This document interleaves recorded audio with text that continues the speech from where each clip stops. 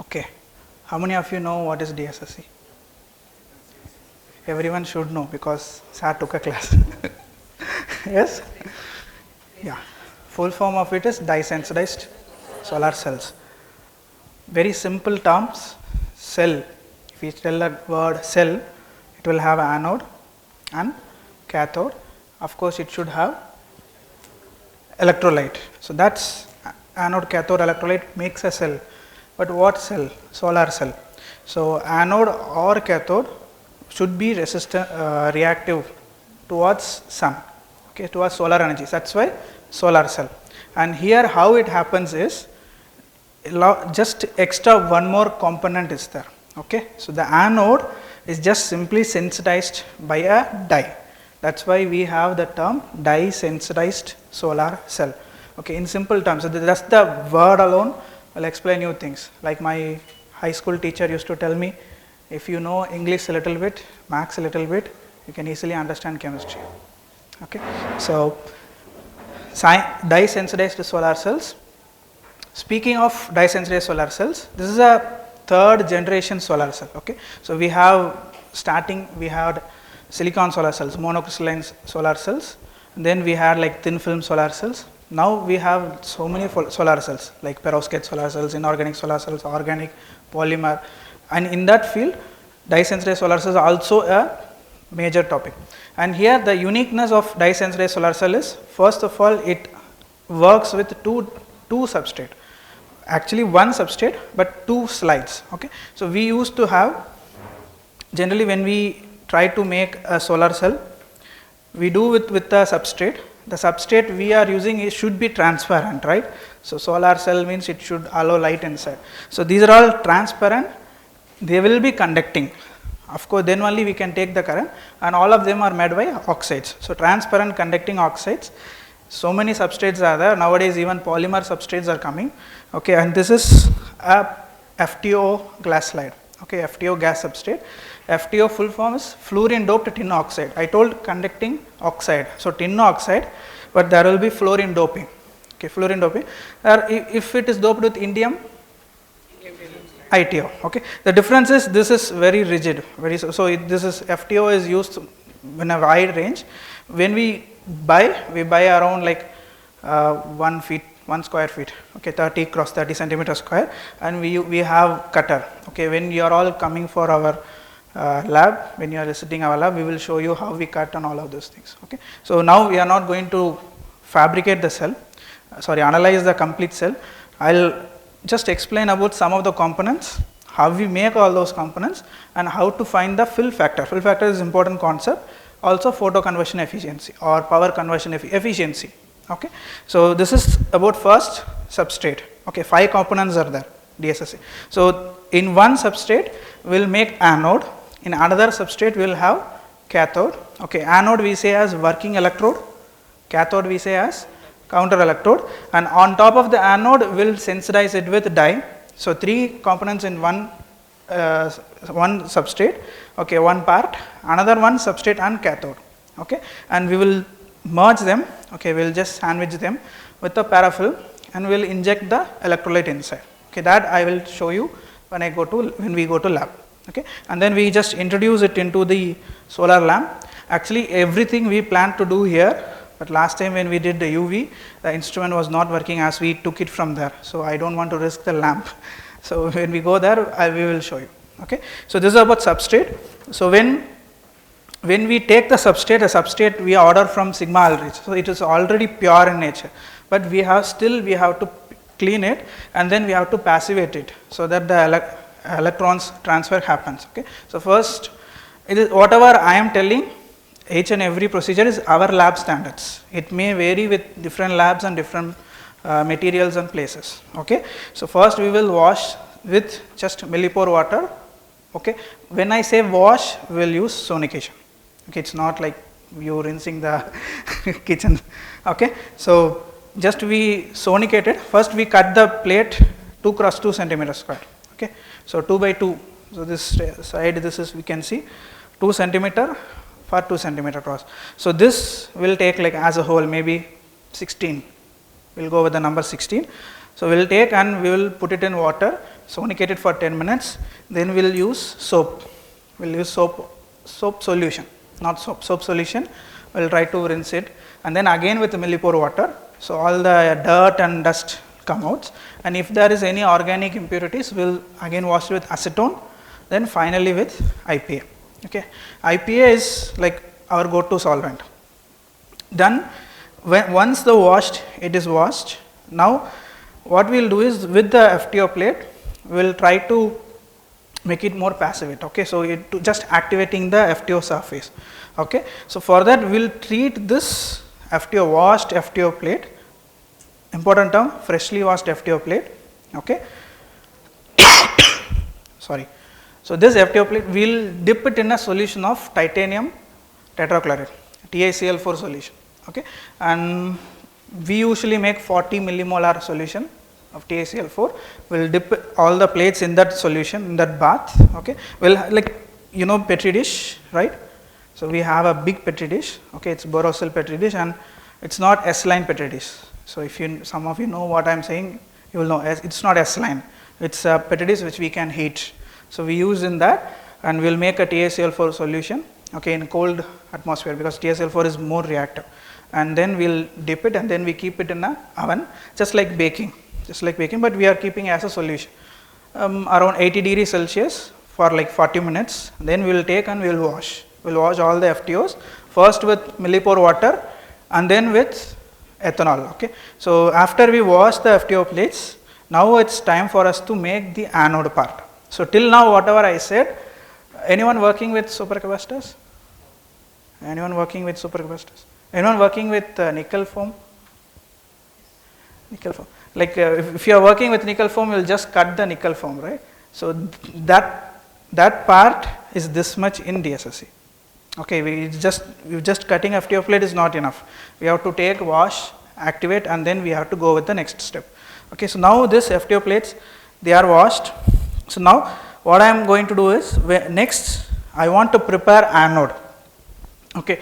So, anode, if you read paper, they would have not simply said TaO2, they would say mesoporous TaO2. Okay. So, mesoporous means the term itself says meso, almost little bit or half. Okay. Porous means so many holes are there. So, why? Can anyone tell? Why mesoporous? What is the purpose? TaO2, just like that I can quote. Why it should have holes? Of course, dye should go inside. If you cook chapati, no use. You should cook dosa. Okay? Don't laugh. I am just telling. Excuse me. So,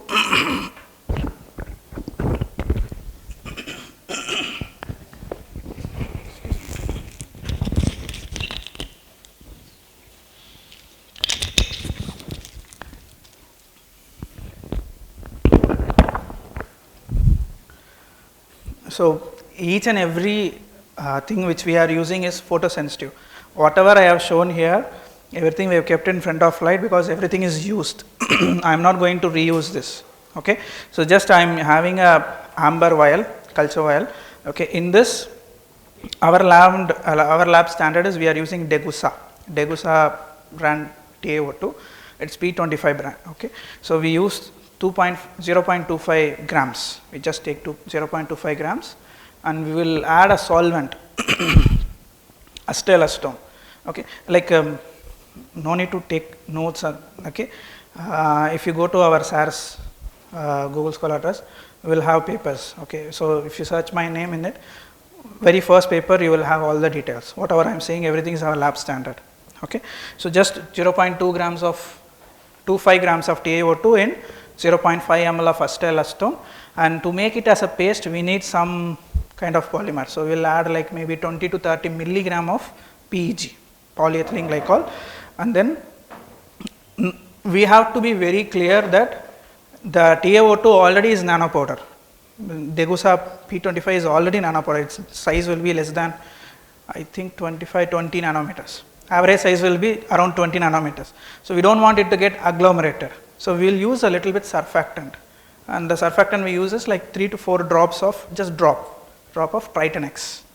Okay, Triton X solvent. So, all of this we will add in this. Okay, then we will cover it. We will sonicate it for 1 hour. Okay, and then we will stir the mixture formed with the magnetic pedal and in normal room temperature for 24 hours. Okay, so one day just we will do. Now we will have a paste. So this paste was made on Sunday, probably Sunday, right? So Sunday we made it.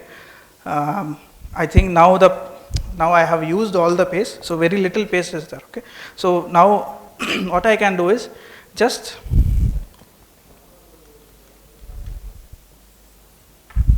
so I will have a simple tile, and the active surface we are measuring, we need for the cell.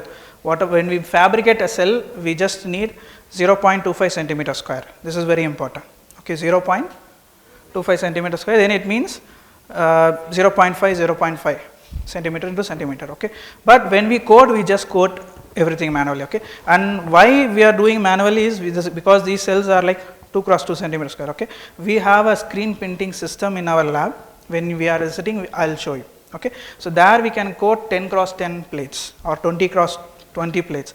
For just manual coating, the instrument will waste a lot of chemical. That's the reason. Okay, so now we'll just have the imagine I have the plate, and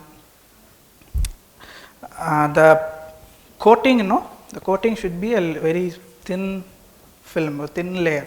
We cannot coat it like in Tamil they say you have to make roasts. You should not do uttapam or appam. Understood what I am saying? Okay, very small, smooth layer like a paper dosa. Heard of it? So like that. So when we use this, so we use a paper sellotape. Okay, and this is not normal sellotape. So anyone know? Scotch tape. Okay, so we use Scotch tape. Just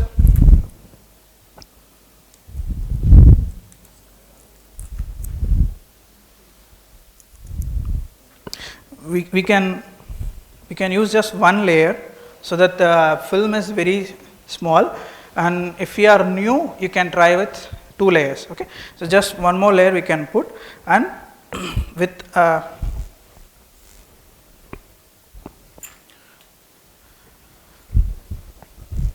with a glass rod we can just take.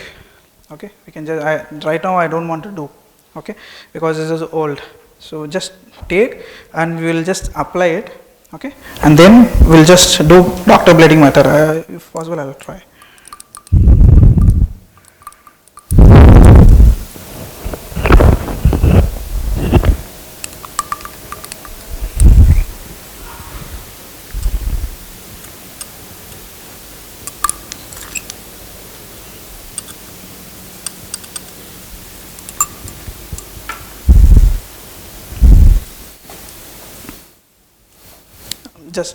I'm just applied it, and I just what to say, like doctor and blade. It has nothing to do with doctor or blade.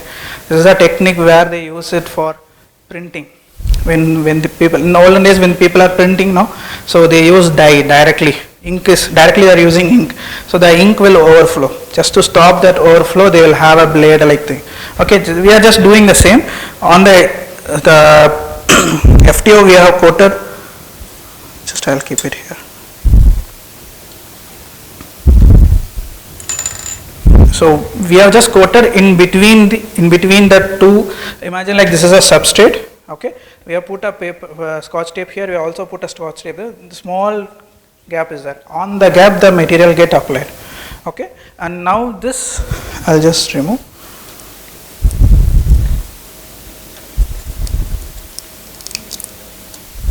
So anyhow, this I am not going to use because this is a old TiO2. So I just for you understanding, I am just making. So this coating. So see,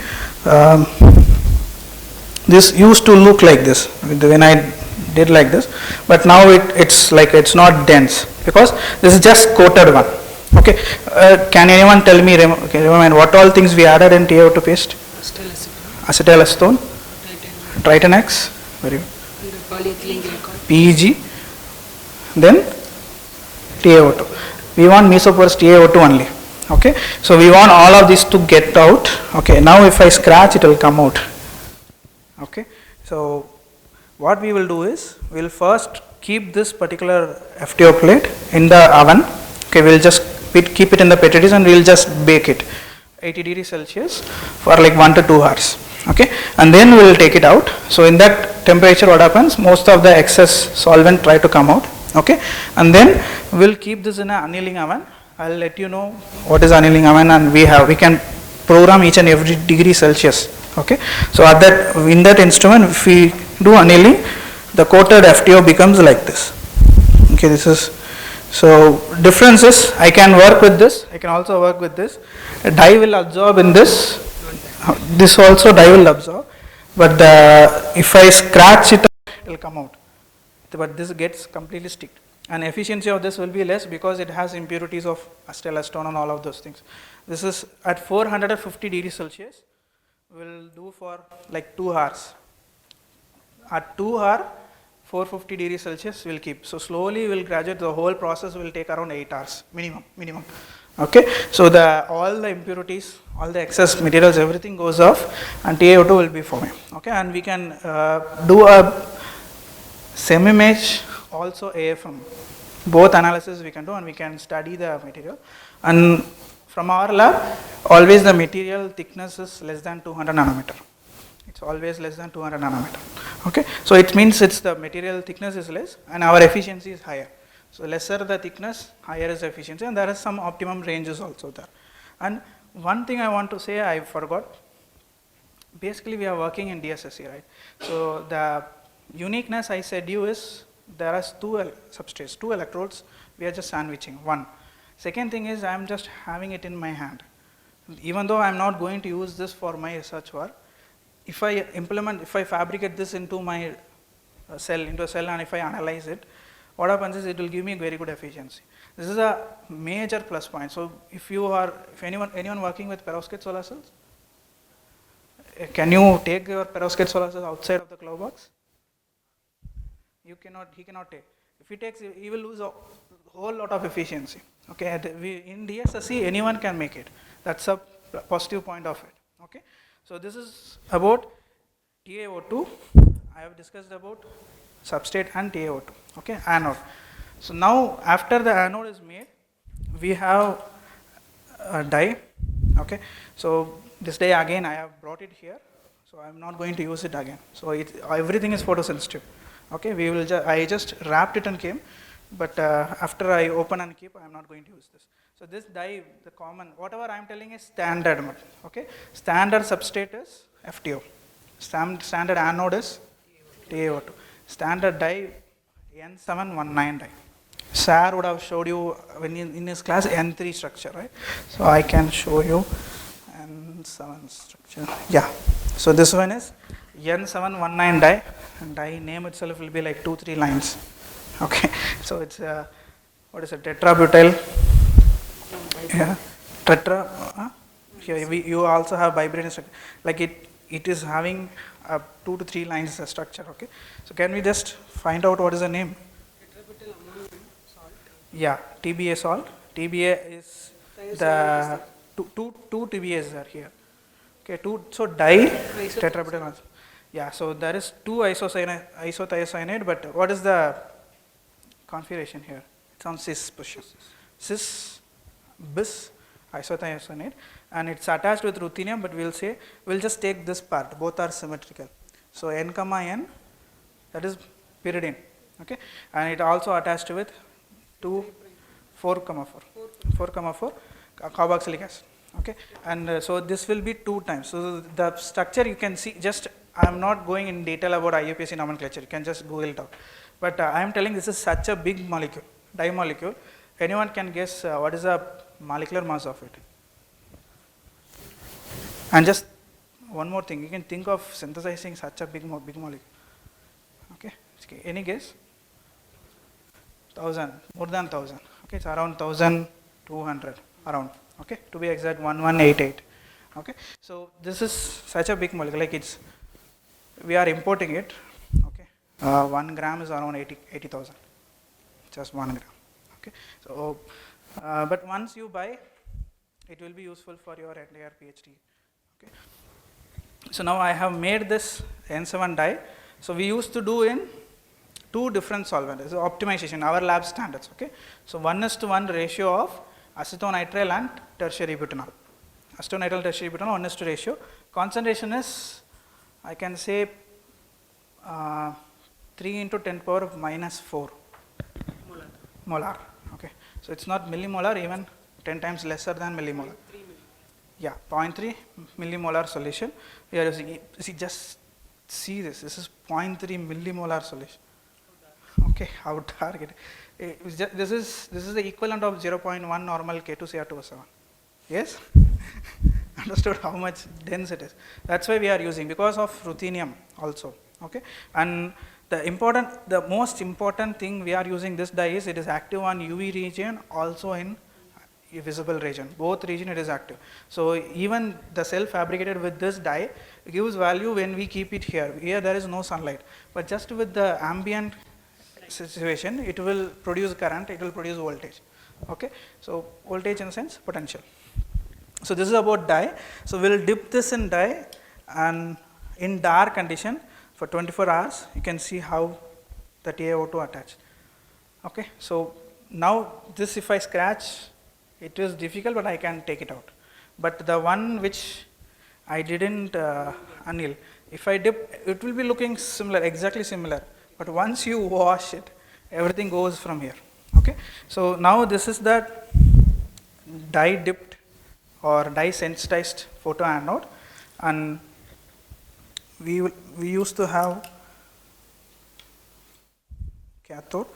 You can someone see, so like some dark color appearance is there.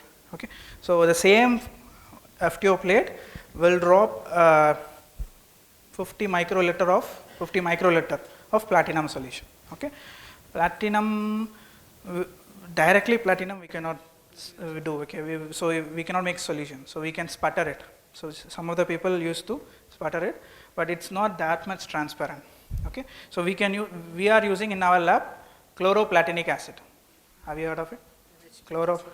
Yeah, PTCl6H2+.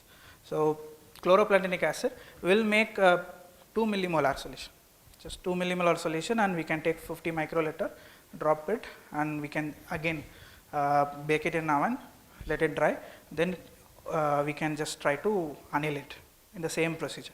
Okay, so once these two are done, okay, so now I can just simply scrape off all the material, and you can see when I look it into the, with any like before I am going to fabricate, I'll just look it into the through a light. Now it looks very good, but if I look it into the with the light, I'll see all the what is it, like pinholes, or sometimes there will be 2-3 layers. When we coat, no, we'll just coat and again we will have another one more coat. We are not supposed to do that. Okay, so when we do that, material efficiency will go down. Okay, so now I have a good area, so I'll select the area and just simply around, I want just 0.5. So I can just remove it with the tissue paper. I have seen many people, okay, they just scratch it off with spatula or forceps, okay, but it will damage the FTO layer. We can just scrap it off with the tissue paper.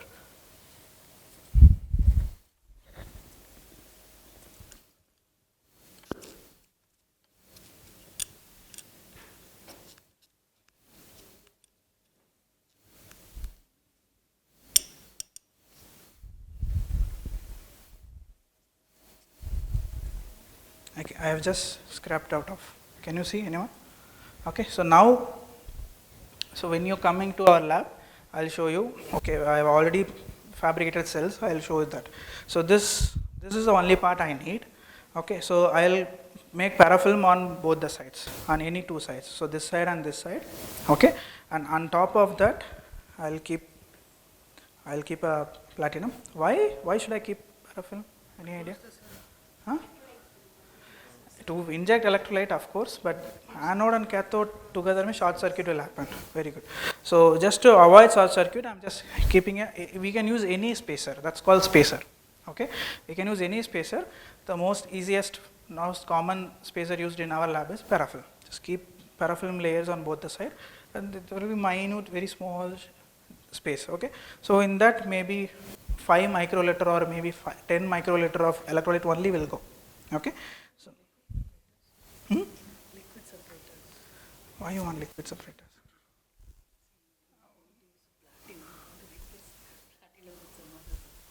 Yeah, I'll discuss about it.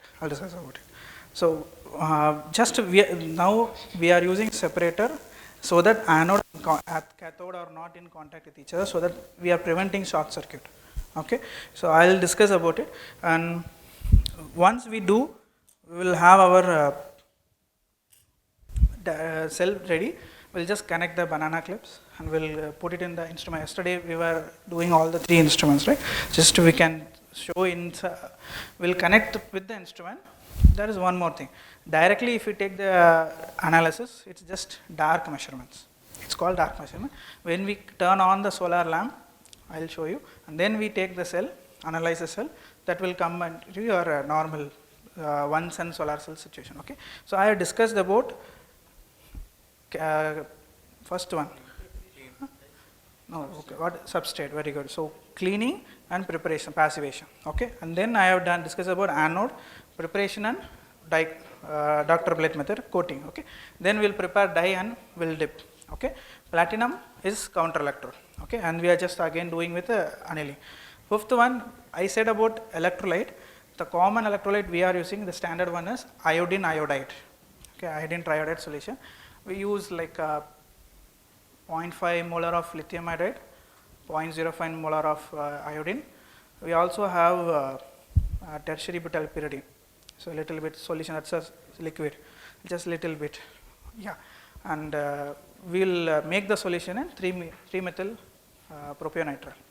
Okay, so that solution, just if we make one solution, just 10 ml I will make, and that solution will help me for like 2-3 years. All of the materials cost is high, but I can use it for a long time. Okay, and DSSC also, if we make very good DSSC, very good cell, it can last for 20 years. So life cycle, that is less compared to the first generation solar cell. First generation solar cell, you can think of International Space Station, it runs still in first generation solar cell. Okay, even though they are expensive, they give very good efficiency and they are durable. Okay, so we are not only with first generation solar cell, not only with second generation. Second generation solar cell have very good positive, that is easy to fabricate. Okay, so we are taking first generation's positive thing, second generation positive thing, we are trying our with third generation. Okay, and DSSC, it is also available outside in the market. Okay, but the major, very big issue right now, you would have imagined by yourself, it's because of counter electrode, platinum. Okay, platinum is costly, that no one disagrees, but more importantly, platinum is a very scarce material.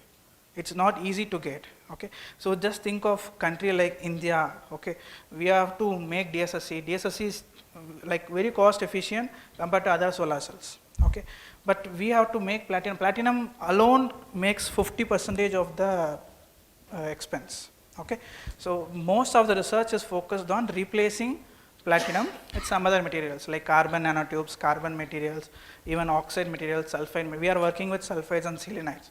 Okay, so this is the general concept going on with dye-sensitized solar cells. So I'll just recall once again, substrate you will have anode and the dye, cathode, in between electrolyte, that's the entire cell. Okay, when we analyze, I'll show you. Okay, Adrian, password. 3, 4, 6, 0.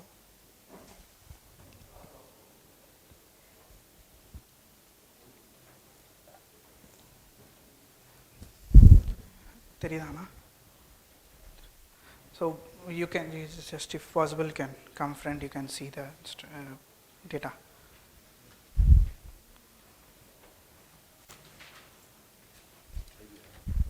So I'll tell you how we will do. Yesterday the same software, same instrument. We'll do, I think yesterday you all learned about CV, GCD and EAS, right? So here EAS is one of the important data, okay, for DSSC. DSSC is 2 electrode cell. Okay, so we will not use GCD or CV. For material we will use, okay.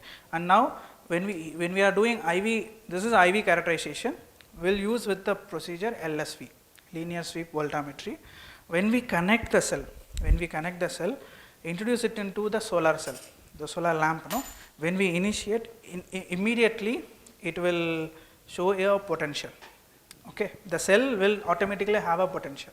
Okay, let's say for example 600 millivolts, 600 just when you immediately connect. Okay, so that 600 millivolts will be the open circuit potential of that particular cell. OCP, we say OCP. So whenever we run the LSV procedure here, we'll first give the data. Okay, I'll show you. We can go to the Nova software. We can go to default procedures. We'll have LSV potentiostatic, linear sweep voltammetric potentiostatic. We can go apply. Apply cell potential is 0, but when we go to LSV staircase, here we can give that data. Start potential is how much? Start potential. Generally it will be in negative range. Okay, it will be in negative range. So minus 600 millivolt means I'll just give minus 0.6. Okay, and start potential is 0. Okay, we will stop at 0. More than 1 we cannot give, because it is like we are cheating. Whatever data comes, we are sweeping from the negative value till 0. Okay, and then we can do make the table in opposite direction with origin. Okay, that is different. So now I have done this earlier, and now we can see my OCP. There was it's around 0.7. I did it a long time ago. Okay, so 0.7, and the data, the current increased. So at a particular voltage there was little current, and voltage, when voltage is getting swept, current response is given. Okay, and the reaction gets over at 0. So the maximum voltage I have current I have received is around 26 milliamps. 26 milliamps per centimeter square. Why I am speaking this? This is very important. We just see the, yeah, very good, current density. So here the data is given only for current. Okay, current means it assumes we are using a cell made of 1 cross 1 centimeter square. 1 cross 1 centimeter square. But we are using cell of 0.5 cross 0.5 means 0.25. So whatever current you got divided by 0.25. It means just whatever current you got multiply by 4. Okay, so I got a current of 6.5 milliampere. 6.5 milliampere into 4 or else divided by 0.25. Both are same. So 26. Okay, 26. So that value I will get. So now immediately what I will do is I can find out manually. I can take a fill factor value. I can find out PC value manually. Just for if I am doing one trial, I can do, but if I want specifically, I can just export the material. You can click on the table, and then we'll have an option for export. We can export. It's better generally whenever you are using a software, it will help you only to export in Notepad file. But it's better to export it as a Excel sheet. Okay, I always go with Excel sheet. So export as Excel sheet. We have exported. I'll drop it somewhere. I'll put it on desktop.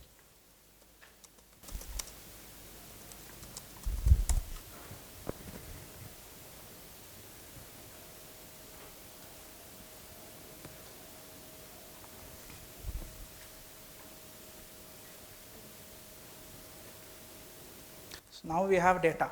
Okay, so the data, overall data will have current range, it will have potential applied, it will have current generated and time. We are only focusing on potential applied and also current. Okay, just current. So we will focus on both of this. So, and I told you what is the current value, what is millivolts. Okay, but the data is in volt. I have to convert to millivolts. So data I can just simply multiply by 1000. Yes. Okay, and all the values are in negative potential. Remember I told you it will give negative. So I will make it positive.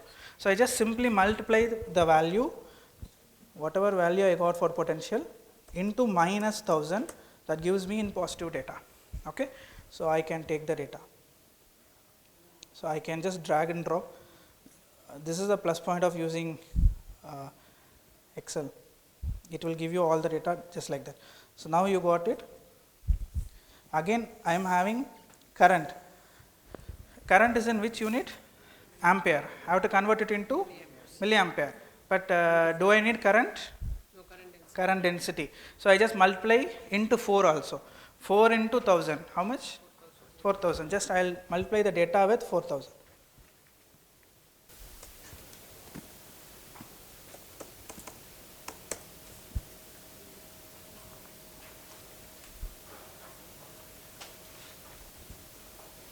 So now I have some data. This is very important thing. Like you have some negative values of current. That currents you cannot report. Okay, we have to remove the negative values of current, also the potential values. Okay, so both we are just deleting. I am just removing it, and now whatever data is there, that's my actual data.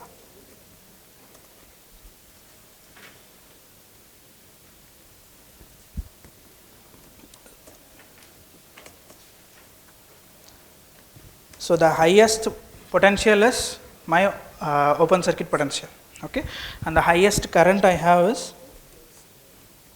29.66.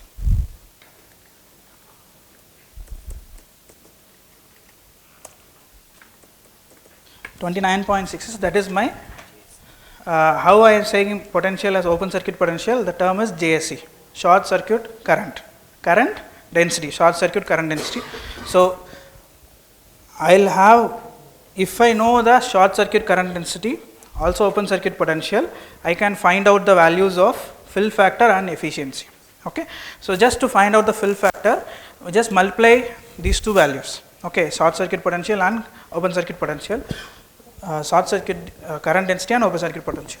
So multiply these two things, I'll have an answer, and from the table I have both the values. So one is called as potential max, V max, another one is called as current max. Okay, so J max. So I will multiply these two things. I will multiply J max and V max, and I will divide it by our JSC and VOC. JSC VOC we say as power max. Okay, so how I will do? Equal to this into this divided by this one.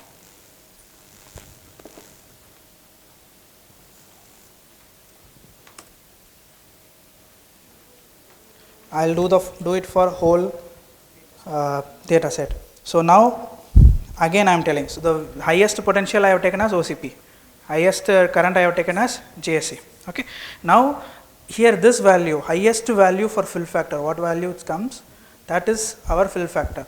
So it is around 0.544,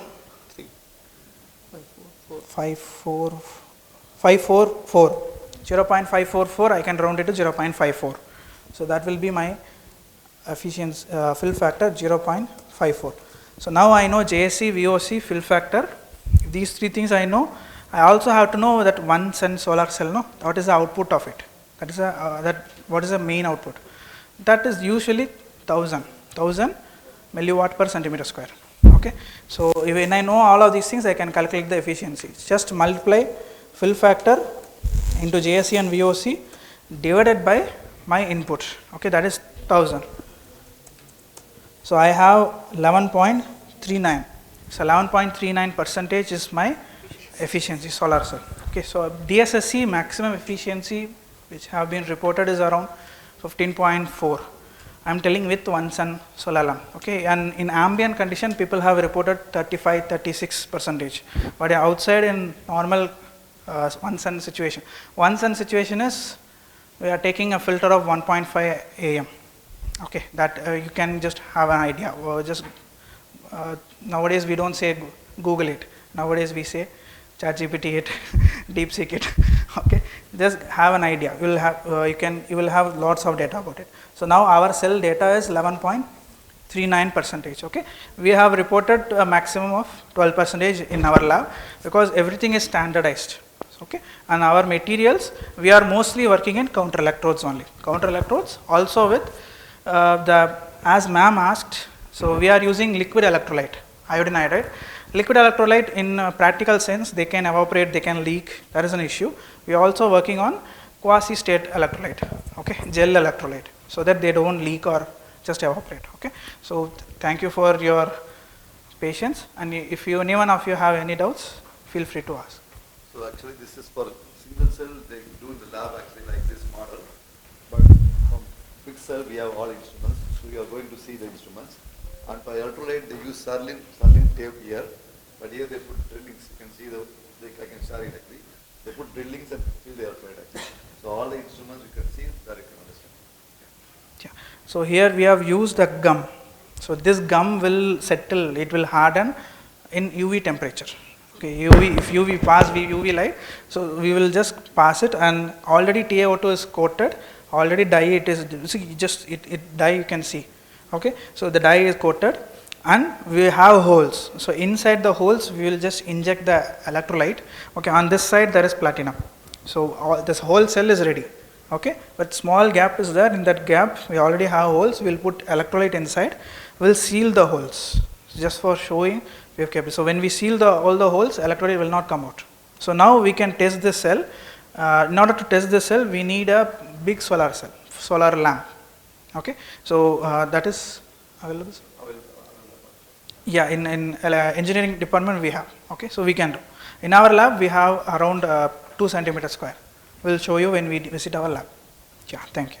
So now vehicle is ready, we can go down actually. Okay. Please pack your things.